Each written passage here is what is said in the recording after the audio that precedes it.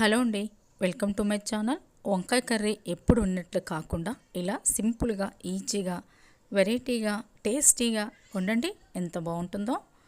ఇప్పుడు ఒక బౌల్లో సాల్ట్ వేసి చూడండి, వంకాయలు ఎంత లేతగా ఉన్నాయో, చాలా లేతగా ఉన్నాయి. కూర అయితే అదిరిపోతుంది, చాలా టేస్టీగా ఉంటుందన్నమాట. లేతగా ఉన్నాయని లావు కోసుకోవద్దండి, ఇలా సన్నగా కట్ చేసుకోవాలి.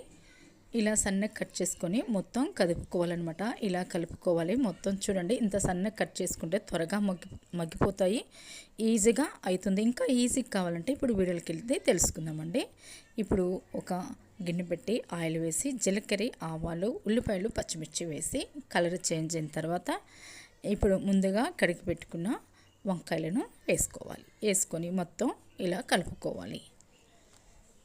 తర్వాత ఇక్కడ ఈజీగా తొందరగా అయిపోవాలి, టేస్టీగా ఉండాలి. ఇప్పుడు టమాటా ఇలా ముక్కలు కట్ చేసేస్తే కొంచెం టైం పడుతుందండి అవి మగ్గటానికి.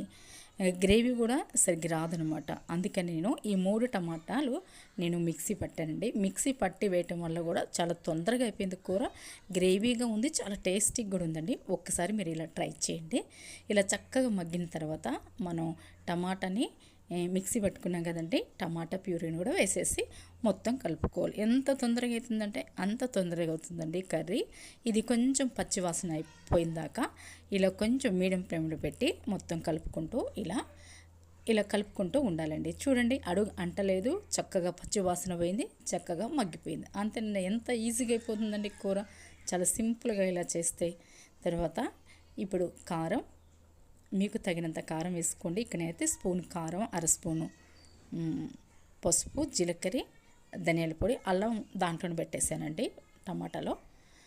ఇలా మొత్తం కలుపుకోవాలన్నమాట.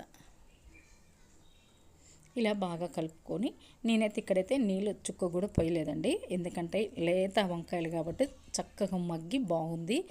గ్రేవీగా చక్కగా చాలా టేస్టీగా ఉందన్నమాట. అందుకని చుక్క కూడా నేను నీళ్ళు పోయలేదండి. ఆయిల్ పైకి తేలేంత వరకు మనం ఇక్కడ ఉడకనిస్తే కర్రీ అదిరిపోతుందండి, అదిరిపోతుంది అనమాట. కూర అయితే చాలా టేస్టీగా ఉంది. అంతేనండి, స్టవ్ ఆఫ్ చేసుకొని వేడి వేడి అన్నంలో వేసుకొని తింటే ఈ వంకాయ కర్రీ ఎంతో టేస్టీగా ఉందండి. సింపుల్గా, ఈజీగా ఒకసారి ఇలా ట్రై చేయండి. ఎప్పుడు చేసినట్టే కాకుండా ఇలా చేస్తే త్వరగా అయిపోతుంది, చాలా టేస్టీగా కూడా ఉందన్నమాట. మన ఛానల్ కనుక ఫస్ట్ టైం చూసినట్లయితే మన ఛానల్ని తప్పకుండా సబ్స్క్రైబ్ చేసుకోండి. ఈ కర్రీ ఎలా ఉందో కామెంట్స్ చేయండి, లైక్ చేయండి, షేర్ చేయండి. Thank you for watching.